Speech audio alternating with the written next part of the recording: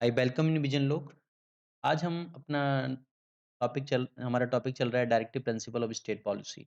इसमें हम बेसिक देख चुके हैं कि directive principle of state policy DPSP क्या होता है, किस-किस टाइप से डीपीसीए पे हमारा आया और डीपीएसपी में हमारे किस-किस चीज़ पे फोकस करते हैं। अब हम देखते हैं डीपीएसपी में हमने 3 प्रिंसिपल देखे थे, गांधीयन प्रिंसिपल, सोशलिस्ट प्रिंसिपल और लिबरल इंटेलेक्चुअल प्रिंसिपल।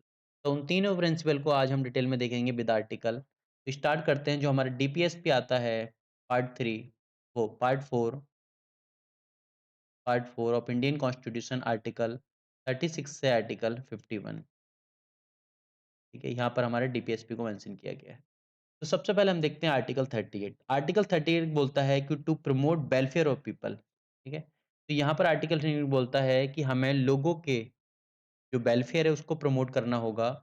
अब प्रमोट कैसे होगा? By secure a social order permitted by justice. ठीक है, जब सोशल ऑर्डर क्या क्या क्या करेंगे, हमें एक जस्टिस प्रोवाइड करेगा। जस्टिस यहाँ पे तीन टाइप के होते हैं, political justice, economic justice and social justice. उन जस्टिस के अकॉर्डिंग हम लोगों का एक सोशल ऑर्डर मेंटेन कर सकते हैं और लोगों को वेलफेयर हम प्रोवाइड कर सकते हैं। और इसमें अगला पार्ट आता है टू मिनिमाइज इनइक्वालिटी, मतलब कि लोगों के जो इनकम में, स्टेटस में, फैसिलिटी, अपॉर्चुनिटी में जो इनइक्वालिटी है उसको मिनिमाइज करना है। इस टर्म को जोड़ा गया है 44 कॉन्स्टिट्यूशनल अमेंडमेंट एक्ट के थ्रू। 1978 में इस चीज़ को ऐड किया गया था। ठीक है? आर्टिकल 38 में ऐड किया गया था मिनिमाइज इनइक्वालिटी, मतलब असमानता दूर करनी है हमें, असमानता को कम से कम करना है यहाँ पर हमें। स्टेट को ऐसी पॉलिसी बनानी चाहिए जिसमें लोगों का वेलफेयर हो सके और जो हमारी इनइक्वालिटी है वो मिनिमाइज हो सके। अगला हमारा आता है आर्टिकल 39। आर्टिकल 39 में बोला जाता है टू सिक्योर।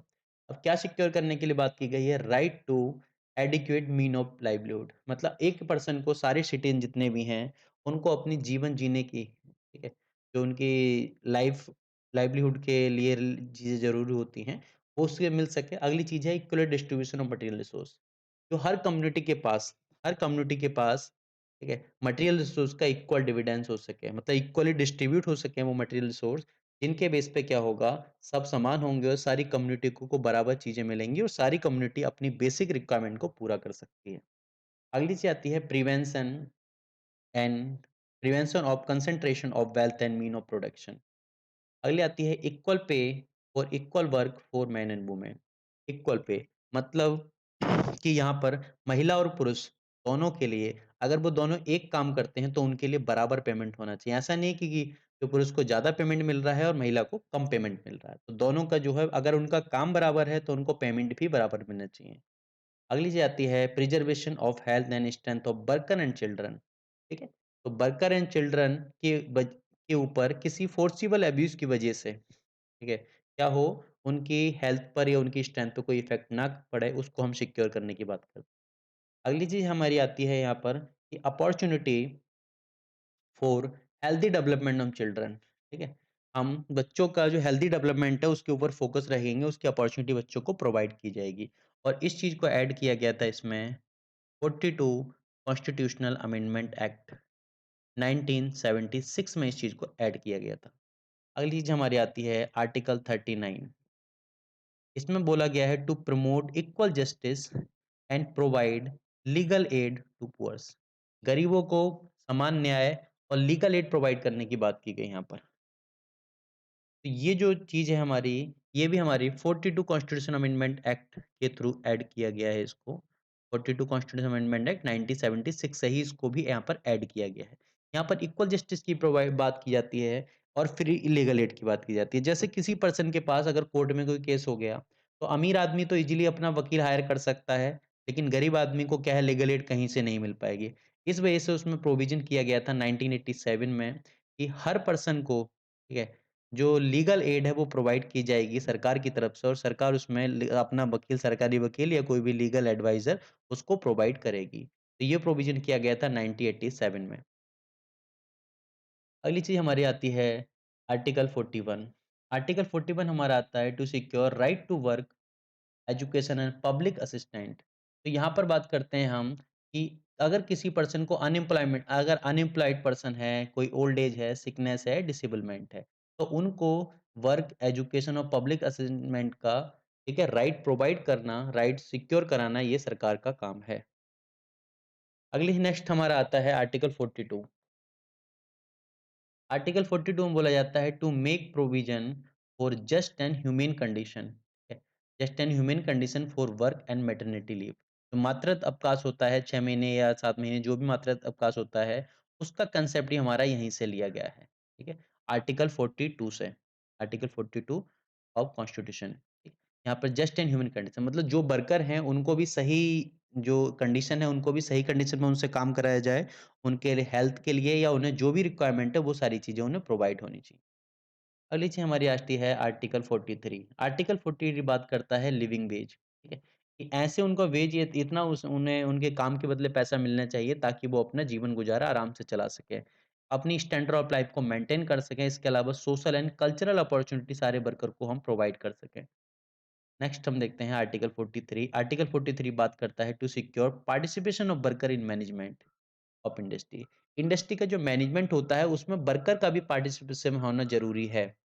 ठीक है? वरना मैनेजमेंट क्या होगा, मैनेजमेंट अपनी मर्ज़ी चलाएगा, अपने अकॉर्डिंग ही मैनेजमेंट काम करता जाएगा।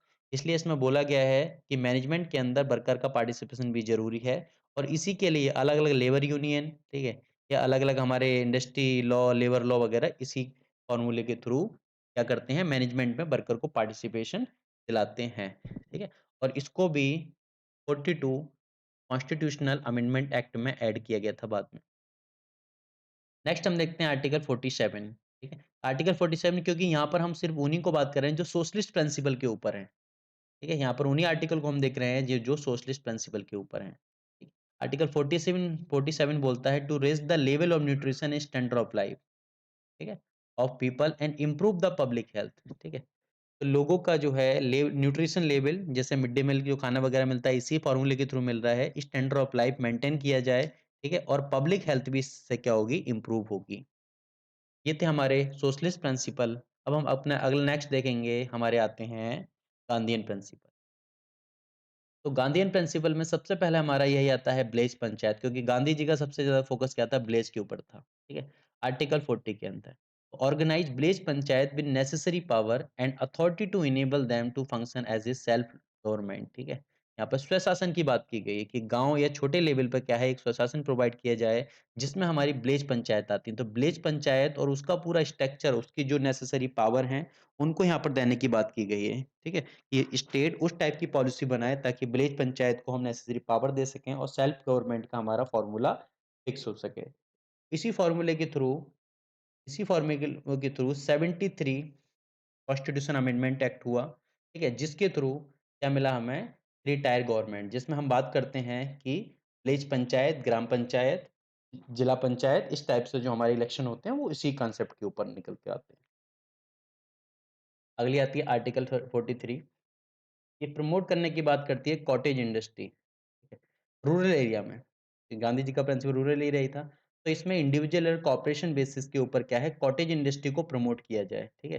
ताकि कुछ लोग अपनी एक आप आराम से एक छोटी इंडस्ट्री चला सकें, अपने जो घरेलू टाइप की कोई इंडस्ट्री होती है, उस टाइप की इंडस्ट्री की बात की गई है। नेक्स्ट हम देखते हैं आर्टिकल 43 बी। ये प्रमोट करता है कोऑपरेटिव सोसाइटी को। प्रमोट कोऑपरेटिव सोसाइटी, और कोऑपरेटिव सोसाइटी का जो हमारा कंसेप्ट है वो 97 कॉन्स्टिट्यूशन अमेंडमेंट एक्ट के थ्रू ऐड किया गया है। अगला देखते हैं आर्टिकल 46। आर्टिकल 46 प्रमोट करता है educational and economic interest of SC, ST and other weaker section, ठीक है? जो वीकर सेक्शन है उनको एजुकेशन और इकोनॉमिक इंटरेस्ट को उनके प्रमोट करना है ताकि वो भी एजुकेशन उन्हें मिल सके और इकोनॉमिक उनका बेनिफिट हो सके, मतलब इकोनॉमी वो इतने इनेबल हो सकें कि अपने जो है लाइवलीहुड या अपना जो स्टैंडर्ड ऑफ लाइफ है उसको इम्प्रूव कर सकें। इसके अलावा हमारा आता है to protect them from social justice and exploitation, ठीक है? तो उन्हें किसी भी टाइप के एक्सप्लॉइटेशन से बचाना है, सोशल जस्टिस प्रोवाइड करना है। नेक्स्ट आता है article 47 to prohibit the consumption of intoxicated drinks and drugs. तो यहाँ पर किसी भी टाइप की इंटॉक्सिकेटिंग ड्रग्स एंड ड्रिंक का को प्रोहिबिट करने की बात की गई है कि कोई भी पर्सन, ठीक है, इस टाइप की चीज़ों को यूज़ ना करे या उसको रोकने की कोशिश की जाएगी। अगली चीज़ हमारी आती है कि आर्टिकल 48। आर्टिकल 48 में इस चीज़ को बैन किया गया है to prohibit the slaughter of cow, ठीक है? काऊ एंड काप्स, तो गाय या बछड़ों को जो स्लॉटर है उन्हें मार देना मांस के लिए जो भी चीज़ है, या फिर इसी टाइप के अदर मिल्स हो सकते हैं, ठीक है? ड्रॉट कैटल हो सकती है, ठीक है? तो इनको क्या है मारने से रोकना है, इनको मारना गलत है, ठीक है? उसको स्टेट प्रमोट करेगा, इस चीज़ को बैन लगाने की बात की गई है आर्टिकल 48 के अंदर ही। इन चीज़ों को बैन करने की बात की गई है। इसके अलावा इम्प्रूव देयर ब्रीड, ठीक है? और काऊ या जो बछड़े वगैरह की जो है, जो ब्रीड है उसको भी इम्प्रूव करने की यहाँ पर बात की गई है, ताकि उसकी जो नस्लें हैं वो इम्प्रूव हो सकें और ह्यूमन बेनिफिट प्रोवाइड कर सकें, मिल्क की फॉर्म में या फिर अदर फॉर्म में। नेक्स्ट हम देखते हैं हमारे आते हैं that is a liberal and intellectual principle. इसमें सबसे पहला आता है आर्टिकल 44। आर्टिकल 44 जिसको बोला जाता है यूनिफॉर्म सिविल कोड, समान नागरिक संहिता।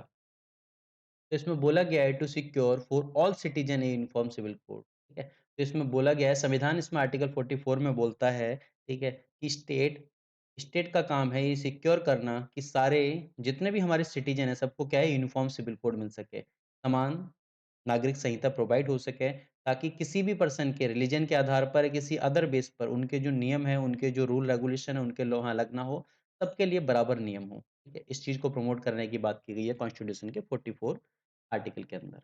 अगला हमारा आता है आर्टिकल 45। आर्टिकल प्रोवाइड करता है early childhood care and education for all children of 6 year age. मतलब 6 साल तक के बच्चे के लिए जो एजुकेशन या चाइल्ड केयर प्रोवाइड किया जाएगा तो उसके लिए बात करता है आर्टिकल 45। आर्टिकल 48 होता है, ये बोलता है to organize agriculture and animal husbandry और मॉडर्न साइंटिफिक लाइन। तो इसमें क्योंकि उस टाइम में एग्रीकल्चर ही 1947 या 49 के आसपास जिस टाइम कॉन्स्टिट्यूशन बन रहा था हमारा, इस टाइम पूरी जनता, ठीक है, पूरा भारत एग्रीकल्चर पे ही डिपेंड था मैक्सिमम, ठीक है? तो इस वजह से यहाँ पर बात की गई है कि एग्रीकल्चर को, एनिमल हस्बेंड्री को हम मॉडर्न बनाना है और नए साइंटिफिक डेवलपमेंट लेके आना है इसमें। नेक्स्ट हम देखते हैं आर्टिकल 48 ए। आर्टिकल 48 ए को ऐड किया गया था 42 कॉन्स्टिट्यूशनल अमेंडमेंट एक्ट में। यहाँ पर बात किया गया है टू प्रोटेक्ट इम्प्रूव इन्वायरमेंट, ठीक है? इन्वायरमेंट को प्रोटेक्ट करना है, इम्प्रूव करना है, इसके अलावा फॉरेस्ट एंड वाइल्ड लाइफ को क्या है सेफगार्ड देना है। तो इसी के बेस पे वाइल्ड लाइफ एक्ट 1972 को पास किया गया था इसी आर्टिकल 48 के बेस पर। अगला आता है हमारा आर्टिकल 49। आर्टिकल 49 बोलता है to protect the monument, place and object of the historical interest of the national importance, ठीक है? तो जैसे हमारे कुछ जो हमारे ऐतिहासिक धरोहर हैं, ठीक है? हमारे ऐतिहासिक चीज़ें हैं, जो हमारे नेशनल इम्पोर्टेंस की चीज़ें आती हैं, ठीक है? उनको प्रोटेक्ट किया जाएगा, उनको सरकार प्रोटेक्ट करेगी। इसी बेस के ऊपर जो पुराने-पुराने जो हिस्टोरिकल हमारे हिस्टोरिकल प्लेस हैं, उनको सरकार इसी के ऊपर प्रोटेक्ट करती है। नेक्स्ट हम देखते हैं, नेक्स्ट हमारा आता है आर्टिकल 50। आर्टिकल 15 में बोला गया है कि सेपरेशन ऑफ जुडिशरी, कि जुडिशरी को एग्जीक्यूटिव से सेपरेट रखा जाएगा in service of the state, public service of the state. कि जुडिशरी एग्जीक्यूटिव के काम में इंटरफेयर ना करे और एग्जीक्यूटिव जुडिशरी के काम में इंटरफेयर ना करे। तो सरकार या स्टेट ऐसे कानून बनाएगा, इस चीज़ को ध्यान रखेगा कि जुडिशरी और एग्जीक्यूटिव आपस में ना टकराएं या इनका दोनों का जो वर्क है वो सेपरेट रहे। अगला आता है हमारा आर्टिकल 51। आर्टिकल 15 प्रमोट करता है इंटरनेशनल पीस एंड सिक्योरिटी, मतलब अंतर्राष्ट्रीय शांति और सुरक्षा रहनी चाहिए, maintain just and honourable relation between nation, ठीक है? तो इसके बिहाफ पर क्या था कि किसी भी पर्सन के लिए जो इंटरनेशनल पीस है, क्योंकि इसमें तो सिर्फ सरकारें डिपेंड करती हैं इस चीज़ में। इसके अलावा कोई भी पर्सन या सरकार इस चीज़ को प्रमोट करें कि आपस में राष्ट्रों के बीच में, देशों के बीच में आपसी संबंध अच्छे बने रहें और international peace and security maintain रहे। तो ये थे हमारे राज्य के नीति निर्देशक directive principle of state policy. Video को लाइक कीजिए, चैनल को सब्सक्राइब कीजिए। Thank you everyone.